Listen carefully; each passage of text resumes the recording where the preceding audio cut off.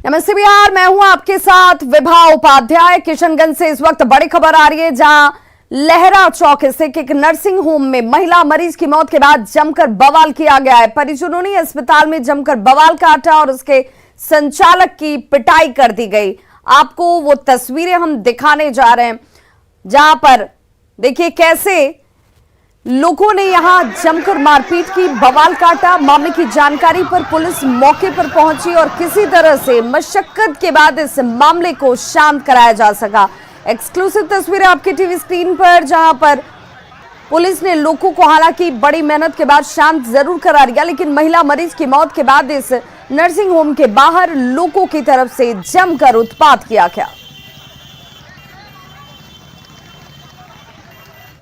खगड़िया में African swine fever रोग की पुष्टि हुई है, जिसके बाद खगड़िया टीएम की अगुवाई में पशुपालन पदाधिकारी के साथ साथ अनुमंडल पदाधिकारी की विशेष बैठक बुलाई गई। बताया जा रहा है कि सुअरों में फैलने वाले अफ्रीकन स्वाइन फीवर का सबसे ज्यादा इफेक्टेड जोन खगड़िया नगर परिषद का जयप्रकाश नगर मोहल्ला बताया गया है, जहां पिछले कुछ दिनों में सैकड़ों सूअरों की मौत हुई। खगड़िया टीएम की माने तो अचानक से सूअरों की मौत के बाद पशुपालन विभाग ने जांच के लिए सैंपल भोपाल भेजा और जांच रिपोर्ट में अफ्रीकन स्वाइन फीवर की पुष्टि की गई है, जिसके बाद अफेक्टेड एरिया के 1 किलोमीटर के दायरे में रहने वाले सूअरों को मारने की प्रक्रिया शुरू कर दी जाए।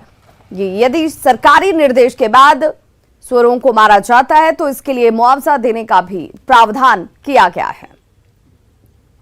जो सैंपल्स हम लोगों ने कलेक्ट किए थे वो अफ्रीकन स्वाइन फीवर एक ऐसी बीमारी जो सूअरों में बहुत ज़्यादा प्रचलित है और बड़ी संख्या में इसमें मृत्यु होती है, तो उसकी पुष्टि की गई है। विभागीय जो दिशा निर्देश हम लोग को आज प्राप्त हुआ है, उसमें 1 किलोमीटर के जोन को इन्फेक्टेड जोन मानते हुए इसमें कलिंग की जानी है। जितने भी सूअर हैं अलग अलग एज ग्रुप्स के, उनको कलिंग करना है और भारत सरकार द्वारा जो है उसका जो मुआवजी राशि जो तय की गई है, उसमें 4 वैरायटीज़ या 4 श्रेणियों में इन सूअरों को रखा गया उनके वेट के अनुसार। बांका में उत्पाद विभाग की टीम ने विदेशी शराब की बड़ी खेप को जब्त किया है। साथ ही शराब तस्कर को भी गिरफ्तार किया गया। गुप्त सूचना के आधार पर की गई कार्रवाई में पुलिस ने दुमका की ओर से आ रही ऑटो की तलाशी ली तो शराब जब्त हुआ। उत्पाद विभाग तस्करी के तरीके देखकर हैरान था कि शराब तस्करों ने पूरे ऑटो को ही तहखाने में तब्दील कर दिया था। ऑटो में कोई एक ऐसी जगह नहीं थी जहां शराब छिपाकर न रखी गई हो। ऑटो की छत, ऑटो की सीट, सब जगह सिर्फ शराब ही शराब नजर आ रही थी। पुलिस ने 360 बोतल महंगी शराब इस ऑटो से जब्त की है और फिलहाल दोनों तस्करों से पूछताछ जारी है। खबर मुंगेर से, जहां सदर अस्पताल के इमरजेंसी वार्ड में जमकर तोड़फोड़ की गई और यह बताया जा रहा है कि इलाज कराने के लिए आए मरीज के परिजनों ने इमरजेंसी वार्ड में जमकर हंगामा किया।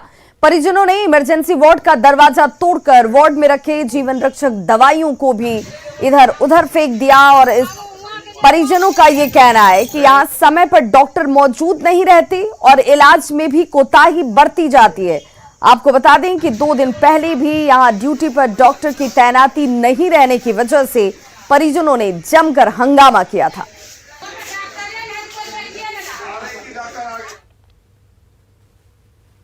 मोतिहारी में एसबीआई के सीएसपी सेंटर से लूट की घटना को अपराधियों ने अंजाम दिया। कोटवा थाने के गढ़वा खजूरिया में सीएसपी ब्रांच में बाइक सवार 5 की संख्या में अपराधी पहुंचते हैं और इन अपराधियों ने हथियार के बल पर 5,54,000 रुपए लूटे और यहां से फरार हो गए। ये तस्वीरें सीसीटीवी कैमरे में कैद हुई, जहां पर अपराधियों ने फायरिंग भी की है। मौके से 2 जिंदा कारतूस बरामद किए गए। हैदराबाद पुलिस ने बिहार के नवादा में छापेमारी की है। हैदराबाद पुलिस ने वारसलीगंज के भवानी बिघा गांव में छापेमारी की घटना को अंजाम दिया, जहां से पुलिस ने 4 साइबर अपराधियों को धर दबोचा है। साथ ही पुलिस ने 1,22,77,000 रुपए भी बरामद किए। इसके साथ ही पुलिस ने 3 लग्जरी कार भी जब्त की है। पुलिस ने 3 बोतल शराब के साथ 3 मोबाइल फोन की बरामदगी भी की। वहीं कई अपराधी यहां से जो मौजूद बताए जा रहे थे उस दौरान फरार हो गए। के क्रम में कुछ अपराधियों के द्वारा पुलिस की टीम पर फायरिंग की गई। पुलिस के द्वारा जवाबी कार्रवाई में खदेड़कर कुल 4 अपराधियों को पकड़ा गया। इनके घरों की तलाशी ली गई। इनके पास से कुल 1,22,77,000 रुपए नकद बरामद किए गए हैं। 3 गाड़ियां बरामद की गई हैं। तो ये वो लग्जरी गाड़ियां हैं जिसे बरामद किया गया है। 4 साइबर अपराधियों को गिरफ्तार किया गया और हैदराबाद पुलिस की तरफ से यहां पर पहुंचकर ये बड़ी कार्रवाई की गई। 1,22,77,000 रुपए कैश बरामद हुए हैं। और इस वक्त बड़ी खबर आ रही है, बिहार में जल्द ही नीतीश मंत्रिमंडल का विस्तार हो सकता है। ये बड़ी जानकारी जिसमें नीतीश मंत्रिमंडल का विस्तार जल्द होगा। बिहार के डिप्टी सीएम तेजस्वी यादव दिल्ली से पटना लौट चुके हैं। मंत्रिमंडल के संभावित नामों को लेकर तेजस्वी यादव ने ये कहा कि सभी नामों पर मंथन जो है वो अपने अंतिम दौर में है। दिल्ली से पटना पहुंचते ही तेजस्वी यादव सीधे सीएम हाउस जाकर मुख्यमंत्री नीतीश कुमार के साथ मुलाकात भी करते हैं और उनकी तरफ से कहा गया कि सभी नामों पर मंथन चिंतन सब कुछ आखिरी दौर में है।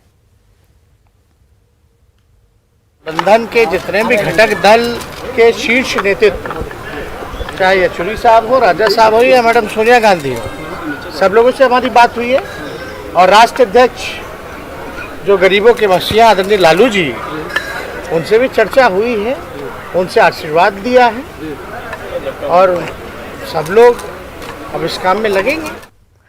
नीतीश कुमार के स्टैंड और पीएम बनने की चाहत पर सुशील कुमार मोदी ने एक और तीखा ट्वीट कर दिया। सुशील मोदी ने कविता की भाषा में ट्वीट कर तंज कसा और लिखा कि विडंबना बिहार की नीतीश कुमार के पीएम बनने की अनंत चाह, ललन सिंह की आरसीपी सिंह से गोतनी जैसी डाह, पैसे और सत्ता के लिए लालू की भूख अथाह, जनता की नहीं कोई परवाह, देर सबेर झेलनी पड़ेगी आ।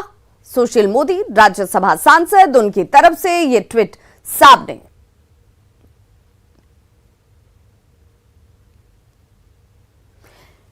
बिहार में सियासत का पारा ठंडा होने का नाम नहीं ले रहा। 3 दिन पहले सरकार बदल गई तो अब पशुपति पारस में टूट के कयास लगाए जा रहे हैं।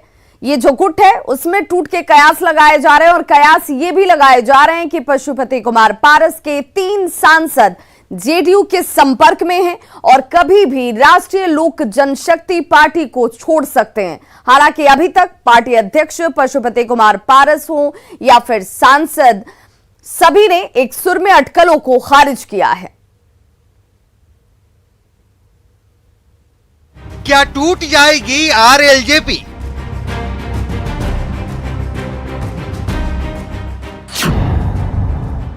क्या आरएलजेपी को झटका लगने वाला है? 9 अगस्त का दिन था जब बिहार में अचानक नीतीश कुमार ने पाला बदल लिया। सरकार का चेहरा तो वही रहा लेकिन पूरा शरीर बदल गया। सरकार गठन के मात्र तीसरे दिन अब ये खबर आ रही है कि आरएलजेपी के 3 सांसद एनडीए को अलविदा कहकर नीतीश का तीर थाम सकते हैं। इस वक्त आरएलजेपी के 5 सांसद हैं। केंद्र सरकार में मंत्री पशुपति पारस और प्रिंस राज के अलावे नवादा से सांसद चंदन सिंह, वैशाली से वीणा देवी और खगड़िया से सांसद महबूब अली कैसर, इन्हीं 3 सांसदों का नाम सामने आ रहा है जिनको लेकर कयास लगाए जा रहे हैं। बिहार की सियासत में अचानक से एक खबर तेजी से रफ्तार पकड़ी कि पारस गुट के जो 5 सांसद है उसमें से 3 सांसद उनका साथ छोड़ सकते हैं और जेडीयू के दामन थाम सकते हैं। जाहिर सी बात है, जैसी ये खबर आई बिहार के राजनीतिक हलके में सरगर्मी काफ़ी तेज हो गई और इस बारे में कई तरह के कयास होने लगे। हालांकि मोदी सरकार में मंत्री और आरएलजेपी के अध्यक्ष पशुपति पारस ने पार्टी में टूट की खबरों को पूरी तरह से खारिज किया है। चाहे एक चर्चा ये भी है कि आपकी पार्टी में भी कुछ सांसद जेडीयू आरजेडी आ सकते हैं, ऐसा?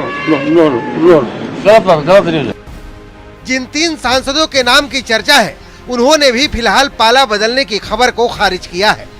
हम एनडीए के हैं, रहेंगे एनडीए में, हम कहीं नहीं जा रहे हैं। जो भी न्यूज चल रहा है, हमको बहुत सारे लोग भी फोन किए हैं तो सब अपने मनगढ़ंत कहानी बना रहे हैं।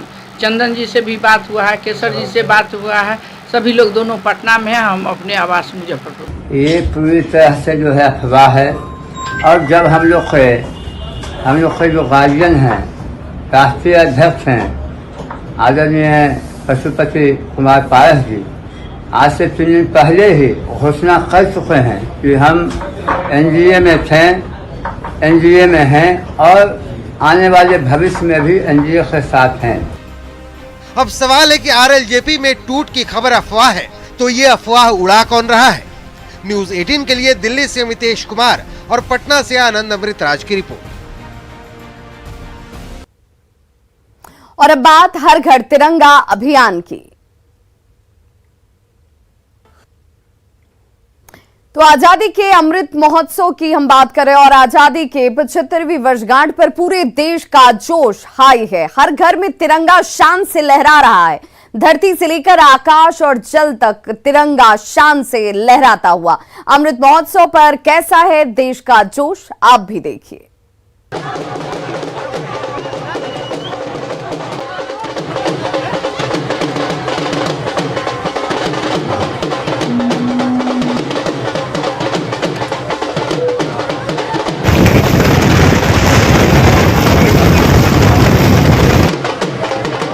आजादी के अमृत महोत्सव पर जोश और जज्बा ऐसा कि उज्जैन पुलिस के जवान खुद को रोक नहीं पाए।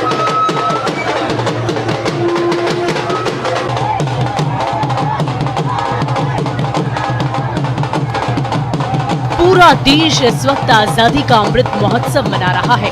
बिहार के भागलपुर ने नया कीर्तिमान स्थापित किया है। यहाँ 75 फीट तिरंगे के साथ यात्रा निकाली गई। तिरंगा के साथ साथ 75 स्वतंत्रता सेनानियों की वेशभूषा में बच्चों को सजा धजा कर यात्रा निकाली गई। तिरंगा यात्रा के दौरान हजारों की संख्या में आम लोगों के साथ साथ स्कूली बच्चों ने पूरे जोश के साथ शिरकत की। इस दौरान भारत माता के जयघोष से पूरा शहर गूंजता रहा। धरती और आकाश के साथ जल में भी तिरंगे की शान बरकरार है। ये तस्वीर दानापुर की है, जहां दीघा घाट पर एसएसबी की 40वीं बटालियन ने आजादी का अमृत महोत्सव को लेकर तिरंगा प्रदर्शन किया। गंगा की धार पर तिरंगा लहराते इन जवानों को देख जज्बे का अंदाजा लगाया जा सकता है। जवानों ने नाव में सवार होकर नदी में तिरंगा लहराया।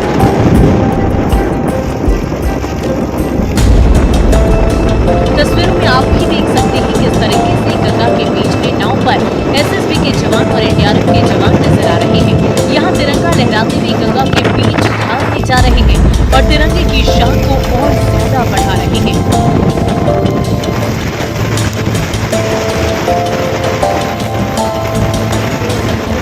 13 अगस्त से शुरू स्वतंत्रता दिवस के दिन तक चलने वाले इस अभियान के तहत पीएम मोदी ने हर नागरिक से अपने घर में तिरंगा फहराकर आजादी के जश्न में शामिल होने की गुजारिश की है। पीएम मोदी की मां हीराबेन भी हर घर तिरंगा अभियान में शामिल हो चुकी है। अहमदाबाद में पीएम मोदी की 99 वर्षीय मां हीराबेन ने बच्चों के संग अपने घर पर तिरंगा फहराया और पूरे जोश के साथ जय हिंद के नारे लगाकर भारत माता को नमन किया। Bureau report, news 18 network.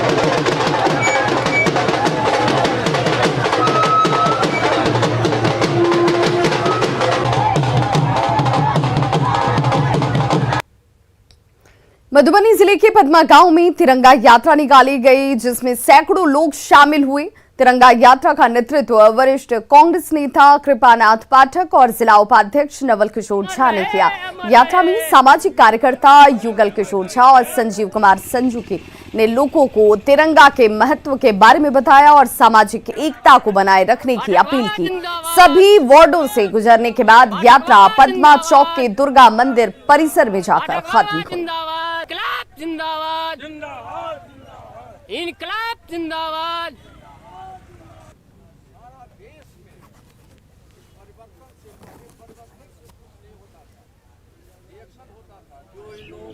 तो पदमा गांव की ये तस्वीरें, जहां पर तिरंगा यात्रा निकाली गई और सैकड़ों लोग इस तिरंगा यात्रा में शामिल हुए। सामाजिक एकता बनाए रखने की अपील इस यात्रा के जरिए की गई।